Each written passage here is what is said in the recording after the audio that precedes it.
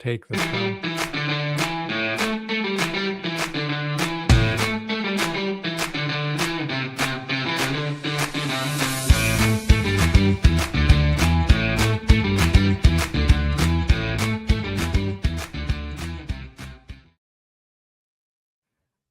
Hey, Dave. Howdy. Welcome to the Duluth Conservative. And I'm going to just say right off the top, and I know this is going to make my wife upset, but I'm actively starting to hate those pictures of us at the beginning. Welcome to the Duluth Conservative. Mine doesn't look like me, so. Yeah, let me just go through the show. So this is the Duluth Conservative. We're going to talk about issues that affect Minnesota, Duluth, and then as we have time, national and international news, health and fitness, and we'll have a word of the day. So today we're going to be going over some top stories, and I'm trying to get my screens all in front of me, but we're going to talk about the Minnesota IG, the Inspector General position. We're going to talk about more fraud, a lifelong Democrat being attacked by Tim Walz's administration, Ellison letting people off with no penalty for murder. We're going to talk about more Keith Ellison actually going after somebody, which is kind of surprising. The Trump administration uncovering massive fraud.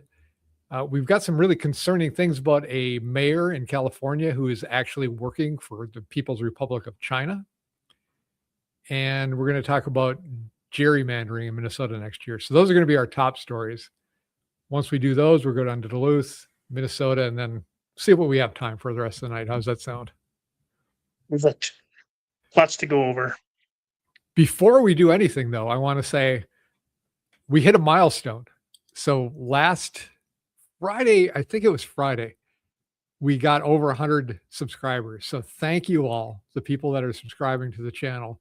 I want to say thank you. We're at 104 now, which, you know, in the grand scheme of things, doesn't seem like much, but for us, that's pretty good. I'm appreciating it because people are starting to enjoy the conversation. So I appreciate everybody that watches. Thank you for watching. And if you have suggestions for us, please feel free to leave us a comment or send us an IM. All right. So Dave, are we ready to go? We got a ton of stuff to go over today. So I'm going to start out I did a short for this, the Office of Inspector General. So I started digging around into this office a little bit, and this was something that was passed last week. And I was curious about it because I wanted to know who it was in the House that entered the bill to create this. And it turned out it was 7 Democrats. So that got me not worried, but interested, because the Democrats up to this point have been doing everything they can to stop fraud investigation in Minnesota. That's just a plain fact. Every time it's come up for a vote in the split house in Minnesota, all the Democrats vote against it. All the Republicans vote for it. All of a sudden, we get this Office of Inspector General, and it's got this huge bipartisan support. I think it was like 127-5, something like that, right, Dave? Correct. So what changed? Why did all of a sudden the Democrats want to have this Office of Inspector General? So I wanted to take a look at the actual bill that produced the actual office, and it got me a little concerned. So first of all, Pete Johnson from the West End is involved in this. So he was one of the authors of it, which already sets up big flags for me. What I found out was, and I'm just going to skip over some of the big things on it, but what it does is, number one, is it changes it from an independent office that reports to an independent counsel, and it sets it up to report directly to the governor. So as you know, all the fraud that we've been having since Tim Walz took over, really, that's when it really started happening. Walz's administration, and we'll go over this in one of the stories, has been blocking and chastising and attacking people that are whistleblowers on this. So now we're going right back to having the Office of IG report to the governor. That concerns me. It also means that the governor gets to have big control over who is going to be the Office of IG. In fact, one of the versions of this bill said the governor actually appointed the Office of the IG. So that concerns me too. And then the third thing that concerned me, that was the big thing, was the office was set up originally in the Senate to go after the existing fraud and do fraud prevention. In the House, it takes away a lot of the teeth, and it says you're going to look at future fraud. You're not going to investigate past fraud. If you were corrupt and in on the fraud, this is exactly what you do. So you don't want them investigating the past fraud. You've cleaned up your polls. You've cleaned up everything. You're out of it now. And so now you can do fraud prevention and look like you're trying to prevent fraud, but really you're not doing anything about the past fraud. And that's a problem. The other thing about it being appointed right to the governor or reporting to the governor makes me feel like the Democrats are just assuming they are going to win the governorship with the Democrats. And once we have a Democratic governor, especially Amy Klobuchar, which is just Tim Walz, but more masculine, it will be just the same thing. It will be nothing will get done. It'll be targeted against probably conservatives, if anything. And we're not going to see any of the fraud get stemmed, which we absolutely desperately need, because if we didn't have the fraud in Minnesota, we wouldn't have the taxation we have in Minnesota. And we really need a relief from that here. Everybody does. So those are my thoughts on this, Dave. These are things that are concerning me. What are you thinking about it? You've read about this too. Yeah, I'm right along the same lines. As one of the biggest problems is the Democrats have convinced themselves that they're going to get the trifecta next year again, and that will just wipe Minnesota out completely. But it goes back to the governorship is they want to control what actually gets looked at for the fraud, and that's the problem. It's not independent anymore. They can't say it's an independent inspector general, because it's completely controlled by the governor.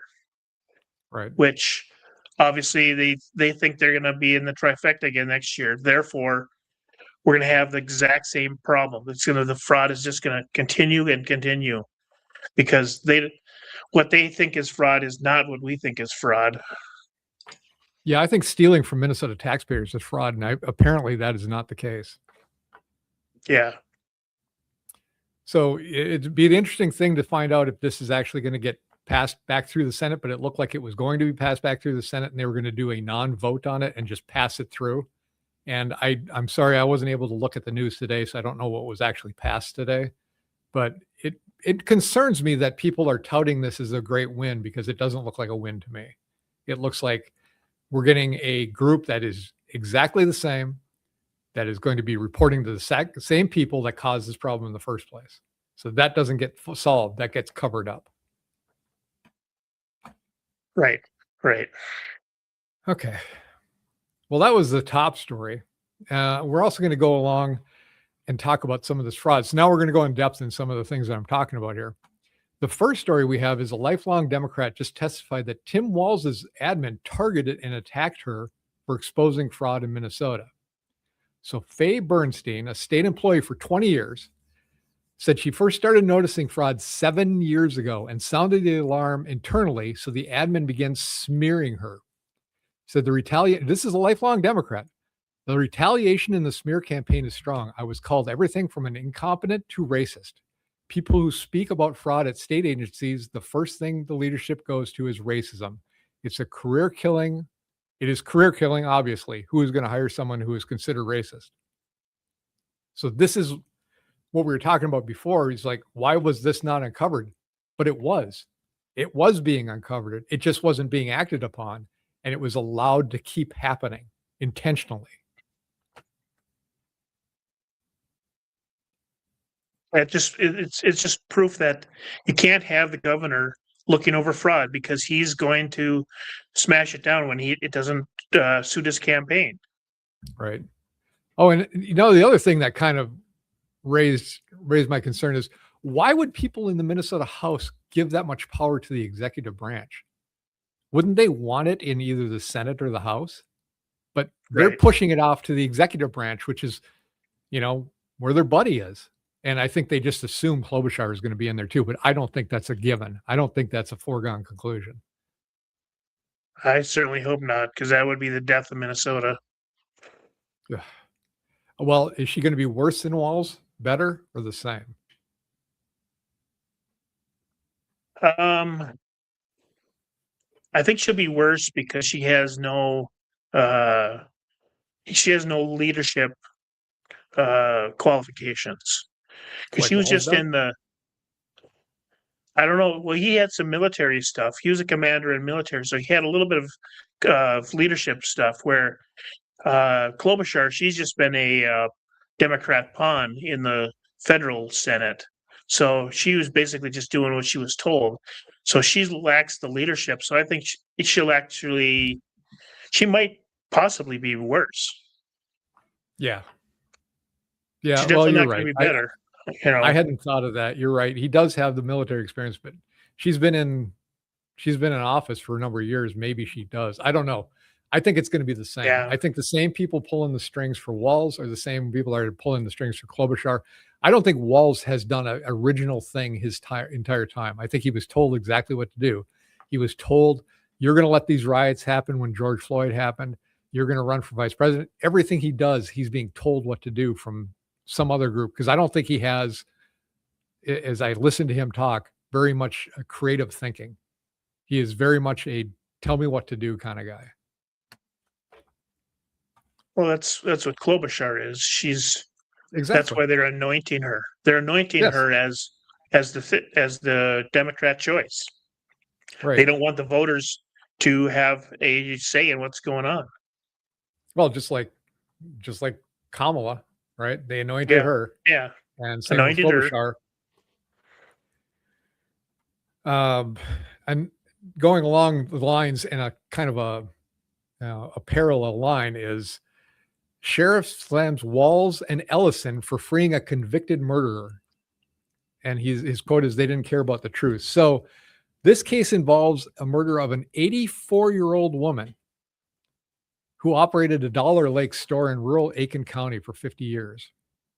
She was found beaten and strangled in a room at the back of the store where she lived. Brian Pippett, a suspect in the killing, was found guilty and sentenced to life in prison. His conviction was upheld twice by the Minnesota Supreme Court. 3 of his accomplices were also found guilty. In 2024, Pippin filed a motion to vacate his conviction with the backing of the Conviction Review Unit, a federally funded project under Minnesota Attorney Keith Ellison's office, in partnership with the Great North Innocence Project. So, which released a report recommending Pippett's full exoneration. So the sheriffs went through and found a bunch of stuff to just prove beyond a reasonable doubt again that this guy did it.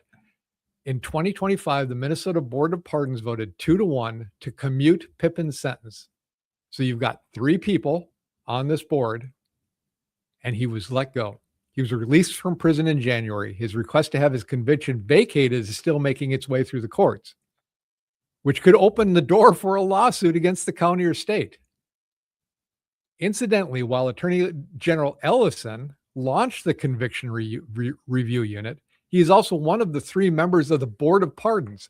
So who is the Board of Pardons? I said there was 3 people that voted to let this guy go. It's Ellison, Tim Walz, and Chief Justice of the Supreme Court, Natalie Hudson. Those are the 3 people that in Minnesota get to decide to just pardon somebody, even though this 84-year-old woman was beaten and killed. Isn't that crazy? Yeah. This is who we're dealing with in this state. Yeah, and I just seen a post from Bloody Mary Moriarty about expungement of records, of criminal records. So the Democrats just absolutely do not care about public safety. Every Right. time you turn around, it's making the Minneapolis worse. Well, what's the end result of this? So back when we used to have a regular society, you put people in prison within the 4 walls so the rest of the society could be free. But if you're going to let people just go rampant and let them go, free range, basically, we have free range criminals, and the Democrats are doing this so they can just let these people out in free range. What you're going to start seeing is communities starting to border themselves in. So it's going to be the opposite of prisons, because what we really want is 99% of the country to be free and just the 1% to be behind prison walls. The Democrats are just, and I'm not saying the Democrat voters, I'm saying the Democrat leadership under Walz and Ellison and Moriarty and Klobuchar, They're just letting these guys go free, and you're going to start seeing boarded up communities because you have to be able to protect yourself in some way. We used to separate ourselves via a prison wall. Now we have to separate ourselves from a wall around our community. I just think you're going to see an explosion in that as you can. Yeah, and I don't blame them one bit. That's why I don't understand why Democrats keep getting elected. I mean, do people?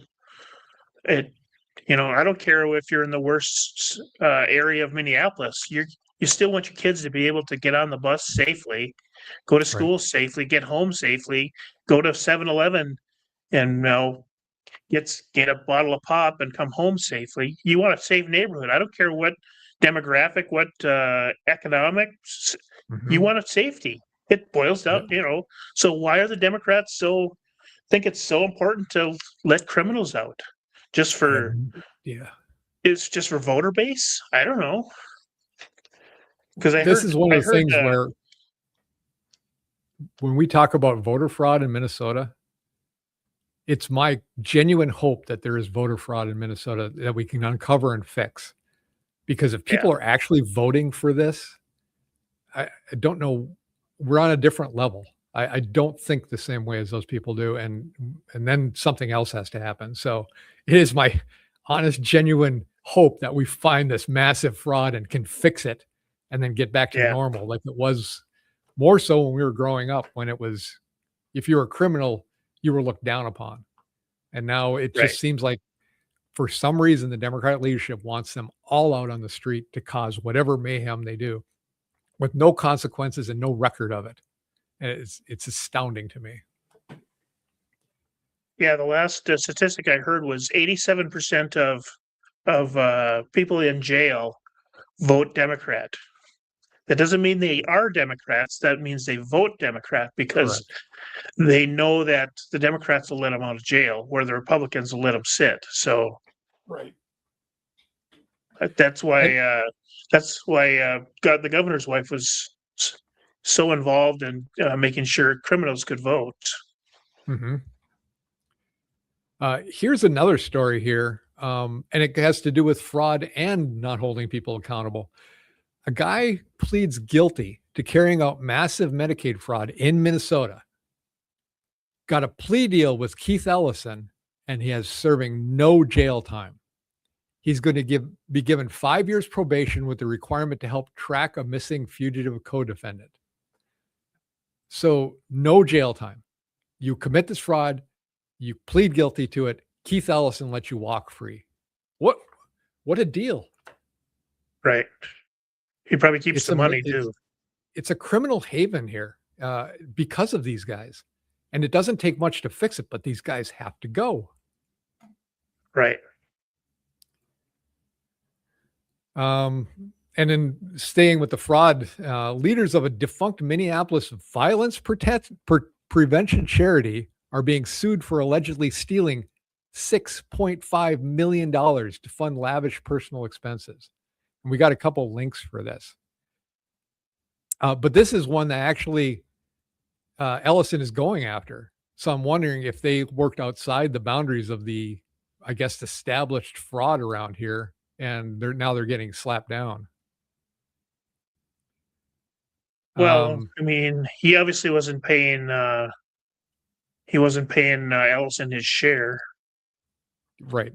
So the lawsuit, which does not include criminal charges, alleges Pollard and McGuigan, I don't know, committed numerous violations of charity laws by misusing over $6.5 million in nonprofit assets, engaged in numerous governance and oversight violations that enabled the rampant abuse of assets, lying to the AGO in the course of the investigation, and ultimately causing the demise of the nonprofits to steal its businesses for personal gain. A press release from the AGO summarized. So no criminal charges means no jail time, right? Correct. What a place we live. And if this isn't making you mad, I don't care what your politics are. If this isn't making you mad, I don't know what is going to take.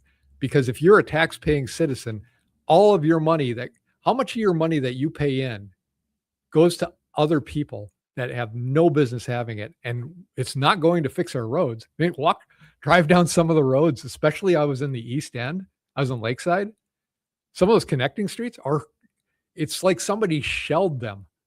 I mean, honest to God, you could plant a tree in half those holes.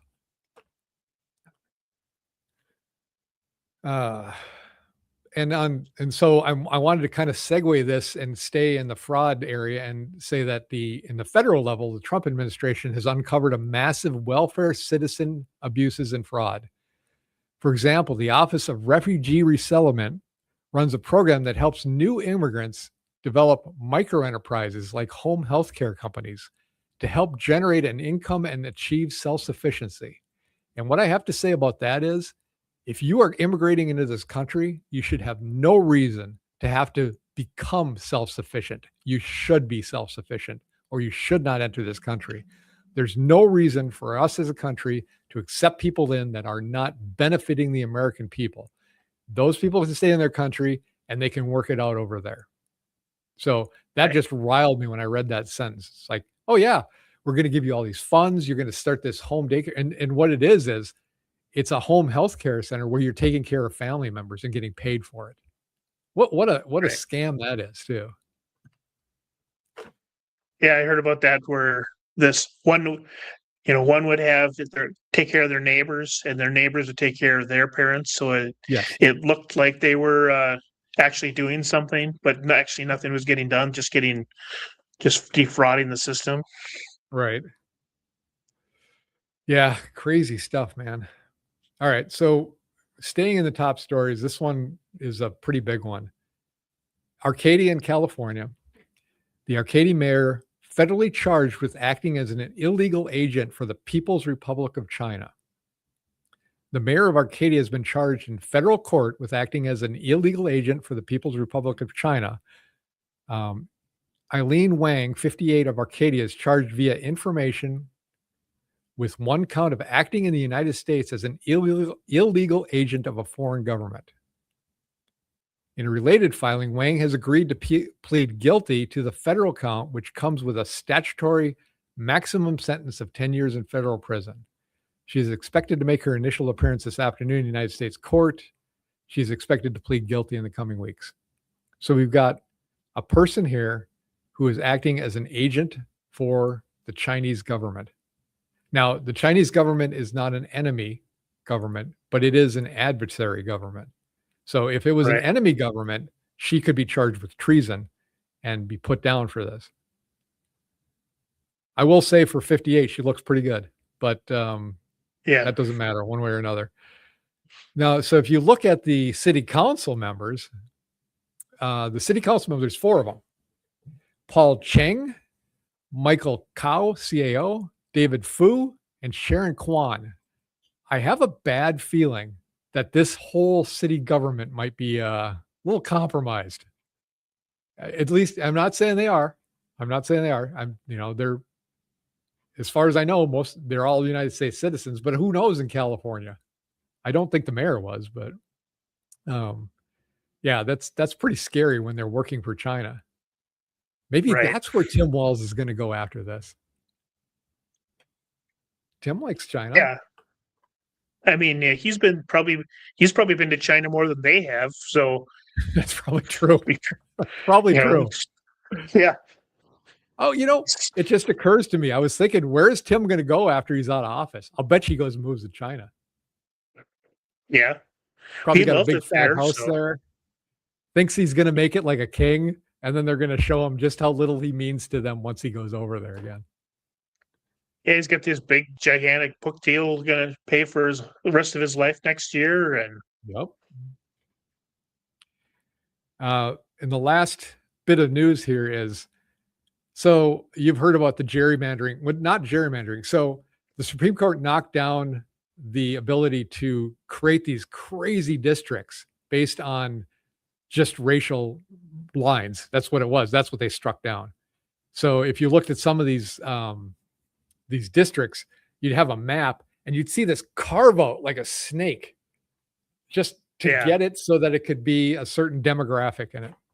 So the Supreme Court shut that down, and now states are redistricting along rational lines in their population as opposed to doing it by race. Well, the Democrats look at this as an existential threat because they've always done that.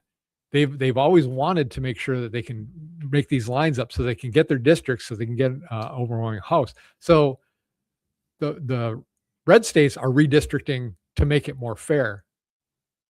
Walz suggests they could redistrict the way they want to. It's the gerrymander again. But I don't know how they can do it because they've got Duluth, they got Rochester, and they got the Twin Cities. That's it. The rest of the state is red. So I don't know what they're thinking they're going to be able to do, but he's already suggesting it. So this is where his mind is, though. We're going to gerrymander. He even says it out loud, you know? Gotta love this guy. Yeah, and that goes back to our point of they just think they're going to win the trifecta because nothing would happen without the trifecta. So they just, oh, we're going to win. We're going to have all the trifecta, therefore we can do anything we want. So next year we're going to, load the Supreme Court. Well, we did that already. So we can gerrymander. Well, yeah, not much they can do, but yeah, I think they can do anything they want. So you look at the bills they passed, how milquetoast they are. Right. They're just pacifying the Republicans until they get in next year and just wipe the state out. So. Right. And why am I not seeing the Republicans fighting these bills, by the way? I mean, it's not a win to go and have these bills come out. Now, there's some things they're doing right, but there's a lot of these bills they're coming out with. I would be fighting this IG bill. I mean, at least I'd be making a big stink about it. I didn't see any, but I don't have my finger on the pulse. I'm not being able to watch this all the time because I've been way too busy to do it, but I expect to see something. Not that this is a big win. This is not a win. The way they've redone it, it's not independent anymore, but we talked about that. So. Okay, let's move on to Duluth news. Now, this is not Duluth news, but it's close to home. So I saw this post, and can you pop this up, Dave? This is what it's like living next to a data center. So we'll see if we can get the sound on and everything. I think there's sound on it.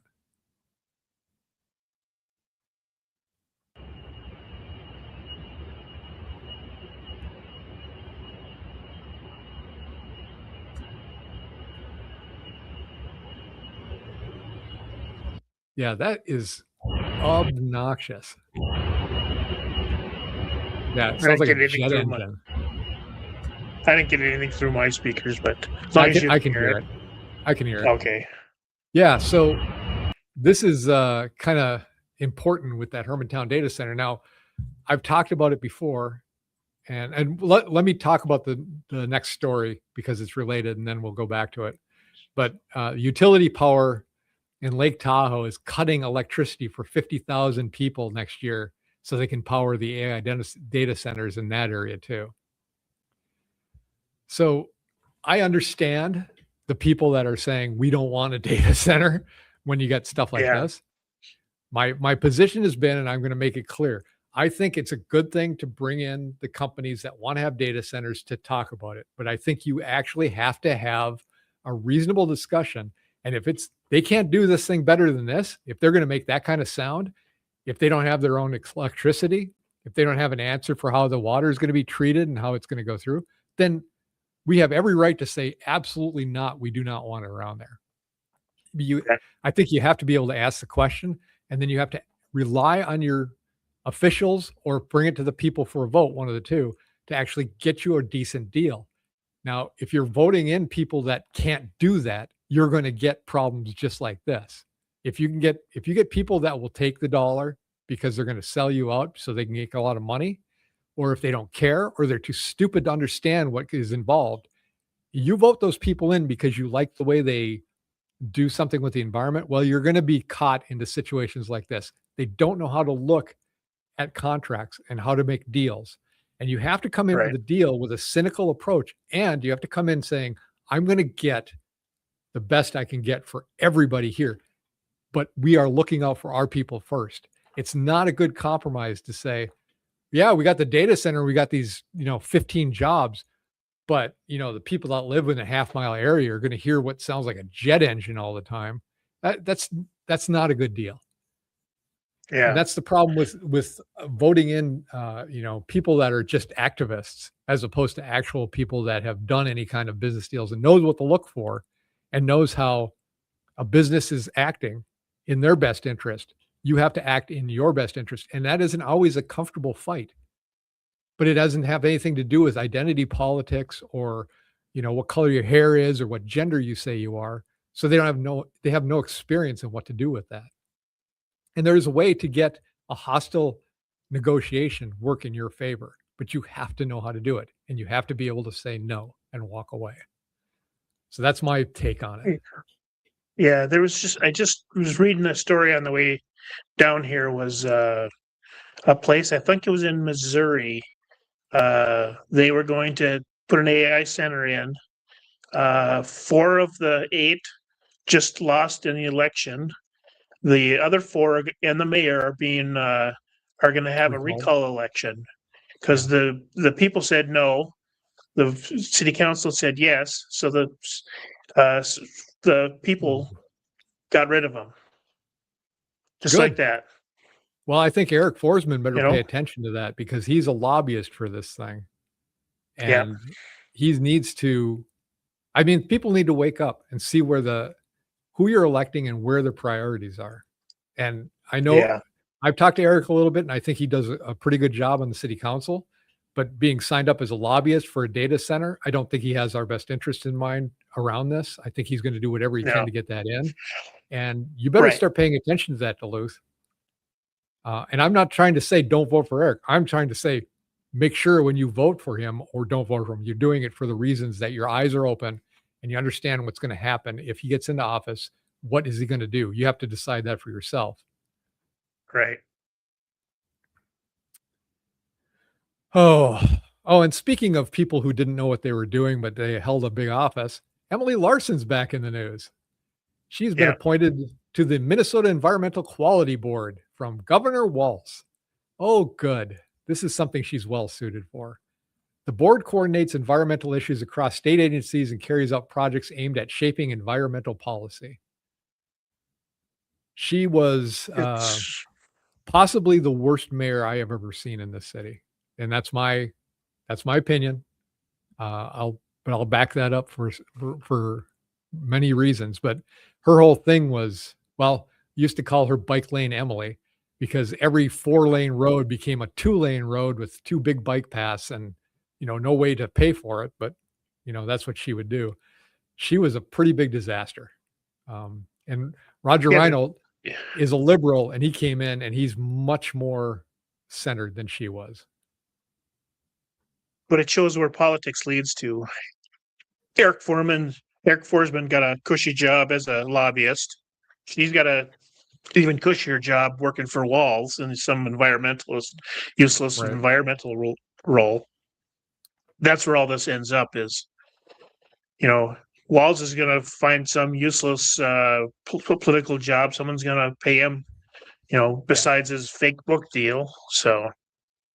Yeah. If I was, so I ran for Minnesota. If I was kind of grift, I would have done it as a Democrat. It's easy enough to say all the things you need to do, and then you get book deals and pats on the back and lots of money in the Democrat Party. Someone accused me once of just saying what I had to say to get elected so that I can, do something else. I'm like, if I was going to do that, would I run as a Republican in Duluth, Minnesota? Are you insane?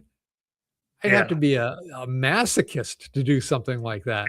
But the stupidest way possible to get elected is to come in as a Republican, try to get elected and say, so truth be told, if anybody's watching this and wants to know, what I say is what I mean.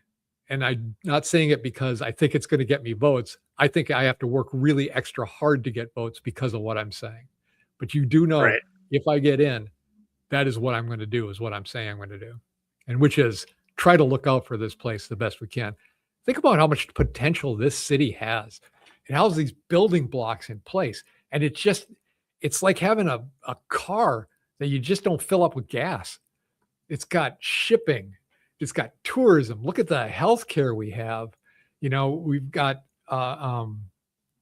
retail here. Do you remember in the 80s when I used to work at the mall And the Canadians would come down here to go shopping all the time. And we got all these outlying areas that would come to go shopping.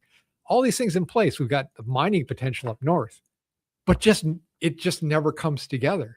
We need somebody that can actually get this stuff to come together so that we could be prosperous. We could be a really prosperous city, but we're never going to get there as long as you've got people saying, no, we can't do that. We can't do that. Everything is no. When it's so easy to say yes. Yeah, I mean, Bill Clinton killed the tourism economy with NAFTA. Yes. Because I worked in retail during when NAFTA was enforced, was signed, and we went from $1 million of Canadian business to zero. And I don't mean, an exaggeration of, maybe we'll get a couple $100 here and there. It went to zero. Right. I mean, yeah. So Bill Clinton killed the U.S. tourism. That destroyed the retail from Duluth. So yeah, it's too bad too, because that was great. That was just absolutely great. Another Democrat with a great idea that didn't look beyond the what the long-term effects were going to be. So right. Okay, let me go on to the next thing, and you don't need to pop this up because it's a paywall thing, but I have a subscription to the Duluth Monitor, and if you don't have one, I would suggest you maybe think about it because they are a pretty good news source. They actually do hard-hitting news stories, and this is one about the Duluth change orders and how they can continuously circumvent competitive bidding processes. So they go through a bunch of examples of this in the Monitor about how they talk about how in March of 2018, the city of Duluth solicited bids for DWP trail infrastructure rehabilitation. 5 companies responded. It goes from 436,000, 376,000, 287, 280, and 130,000 is the bids. So you got a $300,000 gap between the top and the lowest bid. So they gave it to the lowest one. And then they had a change order in the amount of 143,000. So now you've just doubled what their bid was. So it went from 130,000 to 270,000. Well, you know what? They don't bid it out because it's a change order. So they just get it. So yeah, the idea, and this isn't the only example. They go through a bunch of other ones, which are just egregious. And having been a software consultant, I've lived through this where I have given a realistic estimate because I like to do realistic estimates about what things are going to take, time frame and cost wise. So it gives people a way to budget it. And unfortunately, what they are shocked, especially back in the 90s at first. But then when it comes down to it, that was what it was. I was working on a project that was a 6-month estimated project. I had a company come in and a woman came in and said, "Oh, I could get the prototype done this weekend and we could just be running in probably like 2 weeks." They're like, "Oh yeah, great. Do it." So I lost the contract. They gave it to her. When I left a year later, they hadn't deployed once. It wasn't even close to working. So it went from what would have been done in 6 months to not anything being done in a year. And that sounds like exactly what this is. So if you know what you're doing, you come in, lowball the estimate, and then give change orders until you've made enough money because there should be no reason there's this big a difference. There was one thing in 2024, the city of Duluth solicited bids to construct new snowmobile trails and bridges at Spirit Mountain. The top bid came in at 856,000. The lowest bid was at 195,000. That's 4 times the amount. Right. Now, I have to believe that maybe it isn't worth 856 because the next one down was 421. You had a bunch in the 430, 400,000, 300,000. I'm guessing it's somewhere in there. But somebody came in and completely undercut it and they gave it to the lowest bidder again. So they gave it to him for basically $200,000. And guess what? There was a change order for 242,000, more than the original bid again. So We'll post this link. It's a paid subscription thing again, so you have to pay for it to read the article, but it's really good. It goes into a lot of information. It was written by John Ramos. So good job, Duluth Monitor. And I won't go into this anymore, but I thought it was a very good article. Okay. We're going to talk about the Minnesota legislature now. A couple things that we want to discuss. Minnesota Gun Control activists press lawmakers in final days of the session. It says, despite partisan gridlock, pressure continues on the House GOP to bring up a gun violence preventative package. And there's an article here that I'm going to quote Trish Felicic, who is the pediatric trauma surgeon at Children's Minnesota. And so she was on call when that school got shot up, which is horrible. But her quote is, "What breaks my heart is this was entirely preventable. And we knew it was preventable, and we didn't do anything to prevent it, and we still haven't." She doesn't know that. She's saying, if only saying it would make it so, but that's not the case. Right. It's not entirely preventable. You couldn't entirely prevent it. In fact, if you want to go down into the weeds on this, it was another transgender person shot full of a lot of drugs and mentally, confused that did this shooting. Maybe that's where you should start focusing your attention, because I'm going to tell you a little secret right now. You get rid of all the guns in the world, there's still other ways to do this, and it's even more violent. Look at the Oklahoma City bombing. That was a truck full of manure that blew apart a building. So you take away the guns, you go look in the UK, they're just knifing people. So now they're regulating the knives.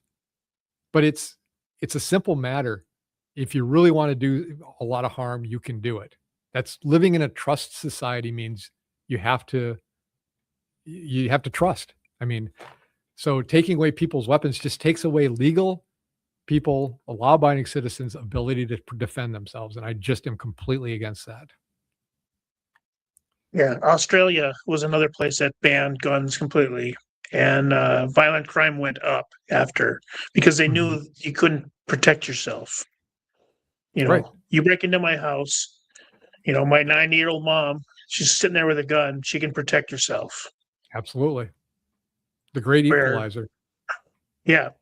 Where in Australia, someone breaks into a 90-year-old's house, she's sitting there with a knife. Well, nothing's gonna happen there. Nothing's gonna happen. So the criminal's gonna win every time, which is kind of what Minnesota wants, is a criminal society. I honestly think if Hillary Clinton had won or Kamala Harris had won, this is where we'd be right now, especially Hillary. If Hillary had won that election, we would be just where the UK is and Australia is right now in Canada. We just one of them. Yeah. Oh, absolutely. Quick summary of the bills passed so far, and this was as of a couple of days ago. Office of Inspector General, a bill to criminalize grooming, a bonding bill, a response to the Hennepin County Medical Center's financial crisis. Well, I'll tell you what the Hennepin County financial crisis is. You got a bunch of people who are can't pay for the services. You got a bunch of shootings there and a bunch of illegal aliens there. And that's all a bunch of people who don't pay anything into the system. So that's your crisis right there. And a supplemental budget deal, including a $1.2 billion bonding bill, $205 million in one-time funding for Hennepin County Medical Center, on top of $500 million for a hospital reserve account, $250 million to reduce car tab fees, and $125 million in property tax relief. Some of it's good, some of it's bad. It doesn't sound like they're really doing too much. I know it's with a split house, there isn't much they can do. The Democrats, I think, are starting to push things through, like the Office of IG, just so they can say they've done something. I'm sure you're going to see Pete Johnson, peacocking around about doing that. Well, yeah, they're the $200 million for Hennepin is because of Obamacare, and they had, they have to fund $500 million for the rest of the state to keep hospitals open in the rural areas because of Obamacare destroyed our healthcare system. 125 million in property tax relief. Well, that's the Democrats covering for themselves temporarily because they're the one that created the property tax problem. 250 million to reduce car tab fees. That's a 1 year deal that they made, that the Republicans made. 1 year. 1 year. So they can, so everyone's gonna go, hey, we lowered the car tabs, which we were 3 times higher than any state near us. But it's 1 year. So we're back to where we were talking about the trifecta again. They think they're gonna come back in power. All this will be gone. They'll wipe everything out. We'll be paying double our taxes. Whatever your tax is now, we're going to be New York Manami style taxing. Oh yeah. And they're going to, they're not going to get the bailout from the state because the state is tapped.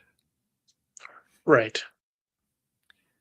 One of the couple of bills we want to go over in detail is HF 5055. It's a large Minnesota tax policy bill. It's an omnibus bill that expands several parts of the state tax system. I'm just going to go through some big bangers of it. It changes the rules for personal income taxes, corporate taxes, sales tax, and other taxes. Modify the Minnesota's tax credit for sustainable aviation fuel. Sustainable aviation fuel would not be good. No. Sustainable aviation fuel. Create a new gross receipts tax on firearm-related sales. Create a new tax targeting certain social media companies. And then some other stuff. So let's talk about the new gross receipts tax on firearm-related sales. So this is gross receipts on your entire business. And so if you're running on slight margins, this is a way to put small gun dealers out of business. This is one of their plans. Right. Attacking the First Amendment or the Second Amendment.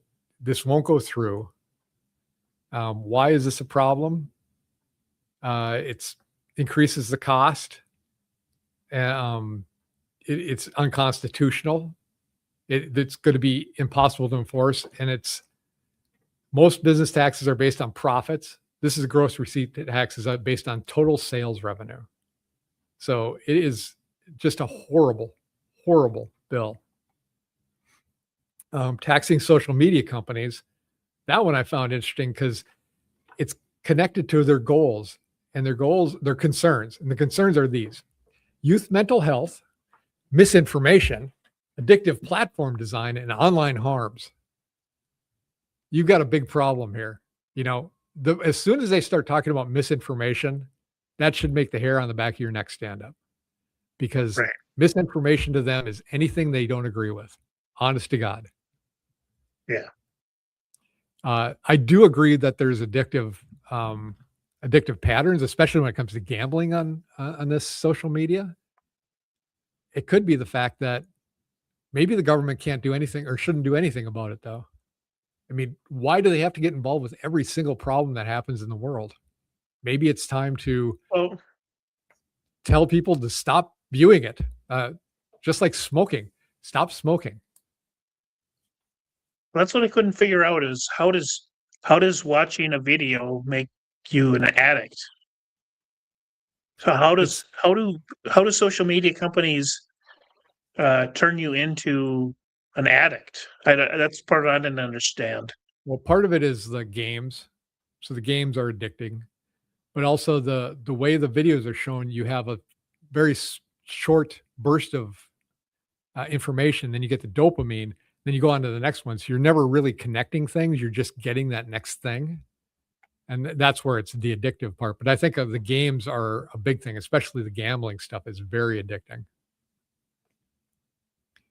But maybe it's time to let people kind of figure this stuff out for themselves.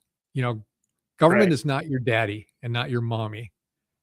So when things are available, choose to use them or choose not to. Use some self-determination and figure out what's best for you. I'm so tired of everybody saying that, oh yeah, the government's got to fix this. Government's not there to fix your problems. The part of freedom is having all those choices and dealing with it yourself. If you don't want to live in freedom, and you want to live in a society where you're just told what to do all the time and totally protected, you should probably go to Canada. You won't have any Or money. North Korea. They'll probably tell you to kill yourself, but besides North that. Korea would. North Korea is very good at controlling what you see, and same with China. So. Right. The other bill I wanted to talk about was HF 3945. And the reason you should be concerned about this is because our Duluth representatives both are signed on to it. And it is a Greenhouse Gas Pollution Superfund Act that goes back to 1995 to start billing companies because they've produced greenhouse gases and are affecting the climate. Good luck figuring out how to apply this, how to get the money, how to show the harm. This is just another virtue signaling bill. And here's one of the key factors here, Dave. At least 40% of the spending must benefit disadvantaged communities. So this is yet another thing where these lawmakers are just trying to take money and distribute it to everybody else. Don't let them work for it. Don't make them earn it. Just take it from people who've earned it back to 1995, when everything was legally done, but we're going to fine you for this, millions of dollars. Why would any business stay in this state after, if these kind of bills get passed? Why would you have a business stay here? I wouldn't. Any business. My electricity consumption is probably higher because I'm a software company. Well, I probably get taxed on that sooner or later by these guys. It's no different than a wealth tax. That's what They think that the oil companies are making money, therefore we're going to steal it from them. Right. Okay. I'm going to move on. We're going to bang through some national news here. And I don't think we'd pop these up. I think we're just going to touch on them and then go forward. There was President Trump went to China, and they're celebrating some key points to that meeting. And I will link to it. But basically what it comes down to is China is going to be investing quite a bit in the United States. The United States is going to be investing in China. It's going to be a partnership. And China said that Iran can't get a nuclear weapon. That was a big thing. And that's been on President Trump's mind. So he did get that big win. So some good stuff coming out of there. Even if you don't agree with it, from his point of view, he's getting deals made with China. Yeah. Speaking of China, Chinese national was indicted in Florida for allegedly importing deadly new synthetic opioid. So I guess one of these pills can kill you. And they're bringing it into the country. Thanks, buddies. Yeah. Same with fentanyl. One pill will kill you. Right. Another thing here is Michigan Democrats introduced bill to legalize assisted suicide. Oh, they want Canada Junior again. Well, Canada is America Junior, so Canada Junior. Yeah. So last time I was running, somebody asked me the question, would you support euthanasia in any form? And I said, but there's maybe some rare cases where I would support. I gotta roll back on that now and say, I can't support it at all because I can see where this slippery slope is just taking effect in Canada. Some woman walked into the doctor's office, complaining about her back hurting, and they offered her up assisted suicide. A person walked in, called them up and said, I need a walker. And it was like, you're not going to get one for 6 months because they're socialized medicine. They can't pay for it. Right. And she said, 6 months, that's crazy. And so they said, well, have you thought about suicide? It's like, what? No. No. So Michigan might do that, I guess. And how many times have we talked over the last year about medical breakthroughs for, like, we had type 1 diabetes. Right. Now, if you were sick with something, maybe you could just wait. Right. Maybe they'll come up with something. Don't just go kill yourself. Right. I wanted to bring up this next story about media bias just because I like the headline so much. So Kyle Rittenhouse, who was in that, was at this, there was a big protest and a big riot, and then some people attacked him and he shot them. And so he got bit by a spider, and that's what the article is about. But the first line says Kyle Rittenhouse, who gained fame for opening fire at a 2020 civil rights rally in Wisconsin, was hospitalized after a venomous spider bit him. So that's his claim. He opened fire. It sounds kind of random to me. Right. That is, was that Yahoo News though? No, MSNBC. Oh God, even worse. Oh yeah, that explains it. Yeah. The Democrats, so that they went up to the Virginia Supreme Court after they ruled the gerrymandering was, illegal, and they filed an appeal, and they misspelled the words Virginia and senator in their motion. They went to the Quality Leering Center, I think, for their degrees. Right. I just wanted to mention this. A woman has published Stephen Miller. Stephen Miller works for the Trump administration. She published his home address. The stated goal was to put a target on a sitting White House official and his family. The Democrat DA in Arlington just announced she won't prosecute. Her reason? It might have a chilling effect on political protest. So she doxes this guy's home address, and the DA won't prosecute. This is just another Minnesota thing. It might as well be here. Mary Moriarty wouldn't prosecute it either. No. I'm going to post a link here about a Michigan person that was had a Soviet-style trial for criticizing a politician. That's something that we're not going to go into detail on, but I'll post a link for it. Mandami, he figured out that already that needs $4 billion. So the governor of New York, giving him $4 billion to bail out his city. How does she have access to do that? How is that even legal? Because they're basically a trifecta too, so they can just do whatever they want. And they were praising Mandani because he balanced the budget. So I went and looked into how he balanced the budget, and well, that was part of it. I could balance the budget if you gave me $4 billion. Yeah. So his balancing was $4 billion short, and then the state came in and gave him that $4 billion, and they're like, "You're the best. You balanced the budget. Look at you." Yeah, he was $10 billion short, and 4 of it came from the state. He's not going to force the schools to do the legislation, the unfunded mandates that the legislation. So that saved him. He's not going to pay the pensioners. So if you were if you get a pension from the cities, well, you're not going to get what you were owed, and so on and so forth. Then we'll get to the word of the day, which was another $500 million a year on taxing the rich, basically. So, well, the good news is it's only the first 6 months. Wait till next year. It's gonna be a freaking show, man.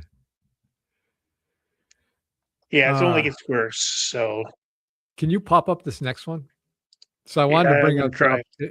It's not it's just interesting to me. Americans married by age 30. So by 1975, and we'll look at the men because it's a lower number. 81% of men were married by the age of 30 in 1975. Popping up to 1995. So I was married by 1990 and I was 23. 1995, only 54%. So that's a pretty big drop. Right. And so now, but you look in 2025, 16.5% of men and 25% of women are married by the age of 30. That's just depressing. Right. I did see another graphic, though, that maybe explained this. You can drop this thing. It showed a man and a woman standing next to each other. And it talked about how, marriage, and then the man over here, and it was like dating, his money went to the woman, childcare, the money went to the woman, to the government then had money going up to the woman. And that was basically what it is. So I can see why some men are apprehensive about getting married because of the lopsided view that the government has about childcare and child support and all that stuff. So, which kind of leads to the next story. I can't believe this story. This is incredible to me. So in Georgia, they passed some law that said if you don't establish the parents of the child when it's born, you had to do a paternity test if you wanted to go get after some guy to pay child support. And nearly half the people were not the fathers of the children were being tested. My God. Now that explains the marriages. The women want to go fool around, and that's yeah. I mean, we can blame the state for that too, but it's another issue. That's crazy though. Almost half. I mean, that's a Maury Povich show that is, there's no fun watching it anymore. You just know they're not the father. Jeez. Yeah. Last story in national news. Kansas City passes legislation to restrict transgender bathroom access to government buildings. They'll pass legislation to restrict them access to the bathrooms and other multi-occupancy private spaces. It mandates driver's license and birth certificates to reflect biological sex. Allows individuals to sue for damages if their privacy is violated by someone of the opposite sex. And move aligns Kansas with multiple other states. I saw one woman had the police called on her because she reported a man in the Planet Fitness locker room, and they called the cops on her because she reported it. I don't understand this at all. I still don't understand it. Nobody has been able to explain it to me why they think biological men should be able to be in the same locker room as women. And it has to be, I've said this before, this has to be a champion by the women to end this, because they're the ones that are suffering the consequences of it. They're the ones that are mostly affected, and they should be rising up and stopping this. I don't know why they're allowing men to have these weird excessive rights to get in there and be in their private spaces. If nothing else, they should be in the men's room, or they should be in their own room, but not in the women's room. At least Kansas is doing something about it, Right. Obviously our founding fathers would be rolling in their graves if this is what we had to deal with nowadays, is we couldn't tell the difference between a man and a woman. But at least Kansas has decided, okay, let's put an end to this nonsense. So and it's not even can't tell the difference. Refuse to identify the difference. Refuse what's real in front of you. It's like a ritual. It's like if you want to be part of the club, you have to be able to lie about things that are absolutely indistinguishably able to be proved wrong. And the other people in the club have to be able to accept it and champion that. And then that's a test. Once you can get people to do that, you can do them to do anything you want to. Yep. You're now a Democrat. All right, that's it for national news. We're going to international news. One thing, the media spreads hantavirus hysteria in an attempt to save disgraced WHO. So the WHO is out of money. The United States walked away from the World Health Organization, otherwise known as WHO. And so they're trying to push this virus again on an election year. Who knew? Just like COVID, right? Right.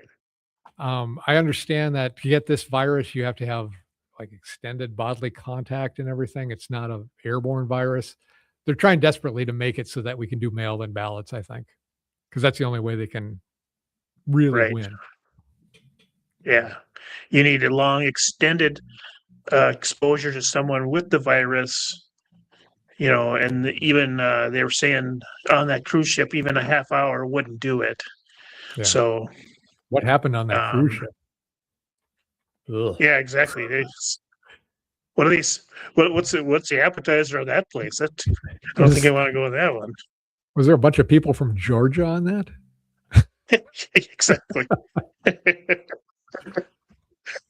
Okay, we'll move on to health and fitness and wrap up here. Health and fitness is a segment we do because people we believe that people should be spending more time trying to be physically active and mentally active. It's good for your body. It's good for your mind. It takes away a lot of your anxiety. There's nothing bad about it. There's everything good about it. So it's something that we've been championing. And this is how we grew up too. When we were kids in high school and everything, there was everybody was into fitness, running, yoga, jazzercise, weightlifting. Everything was fitness. And it just seems to have gone down to a point where nobody's doing fitness, or very few people are doing fitness. You got the super fit and you've got the non-fit at all. So we do this segment to just talk about it and hopefully make people aware of it and go out and exercise, like especially like weightlifting or running. It gives you a release from any kind of mental anguish you may be having, because when you are concentrating really hard on exercise, especially if it's very hard exercise, you honest to God will forget your troubles for some amount of time. And sometimes that's all it takes, is just a few minutes, a few hours. You forget that, it's much easier to come back to it. It's like everything else, you need a break from it. So that's why I suggest it. When I'm out running, especially when I was doing the half marathon, I'll tell you what, the last 5 miles, all I was concentrating on was getting through it. Somebody could be chasing me with a flamethrower, and I wouldn't have gone any faster. I'll tell you that. Yeah. Our one health and fitness story, though, is a simple body movement could help the brain clean itself. So tell us about this, Dave. You're the one who came up with this. Well, they did a study, and I can't remember where the study actually came out of, but they noticed that every time mice contract their abdominal muscles, like when they walk, blood moves from the abdomen into the spinal cord. This movement of blood applies a tiny amount of pressure to the brain, causing it to physically shift or sway slightly within the skull. Scientists have long believed that the CFS helps flush out cellular waste that is, if left to accumulate, is linked to neurodegenerative diseases like Alzheimer's. Interesting. So it's basically saying, when your body's moving, it's cleaning the toxins out of your brain. We've been saying that for decades, but now there's a study that proves it, at least in mice. Right. But what it really boils down to is, get out there and move. But I was just thinking of a $1 million idea is attach your kid's cell phone or their smartphone to a treadmill. So the only time their cell phone turns on is when they're walking. So they have to walk, and then that turns so their smartphone and they're walking. So that's when you get to use yours. I remember that back in the 90s, there was like your treadmill would power your TV. So if you wanted to watch TV, you're on the treadmill and you're powering it yourself. It doesn't really work with today's treadmills, but back then it was like they were manual treadmills. So you were just walking on them and then you were producing all that energy. We had one of those when I was a kid, almost impossible to use, but it was a good concept. Yeah. All right. We're going to end here with the word of the day. And I'm going to say it's Dave's word of the day. Dave, give us the word of the day. I wish I could pronounce it. I don't even know what it pronounces. Better guitar.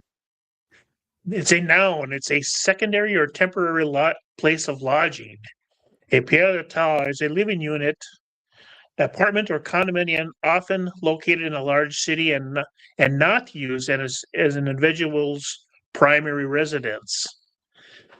So the word comes from Mandami is trying to cover his budget because he's massively taxing houses or secondary houses in New York City. So if you own a house or condo or some sort of place in New York, Mandami is taxing the daylights out of you to cover his budget. That's why the budget in New York is balanced. Lovely. So when I see that French word, I'll know what it means. Correct. Because they called it a pied-à-terre tax. So I was kind of curious what they were talking about, but that's what it's about. So it's just another tax the rich scheme from Mandami. Okay. Well, people, Thank you for subscribing. Once again, we're over 100. I appreciate it. If you know people that may like Awesome. this, please like and subscribe to this. Otherwise, I enjoyed today's week. We'll have it again next week. Be good to each other. Here's a shotgun. You got a shotgun. You got to like that. Until next week, I am Sean. I'm Dave. And this has been Duluth Conservative. We'll see you next week. Thanks for joining. Now let me find that outro. Here it is. Here it is. See ya.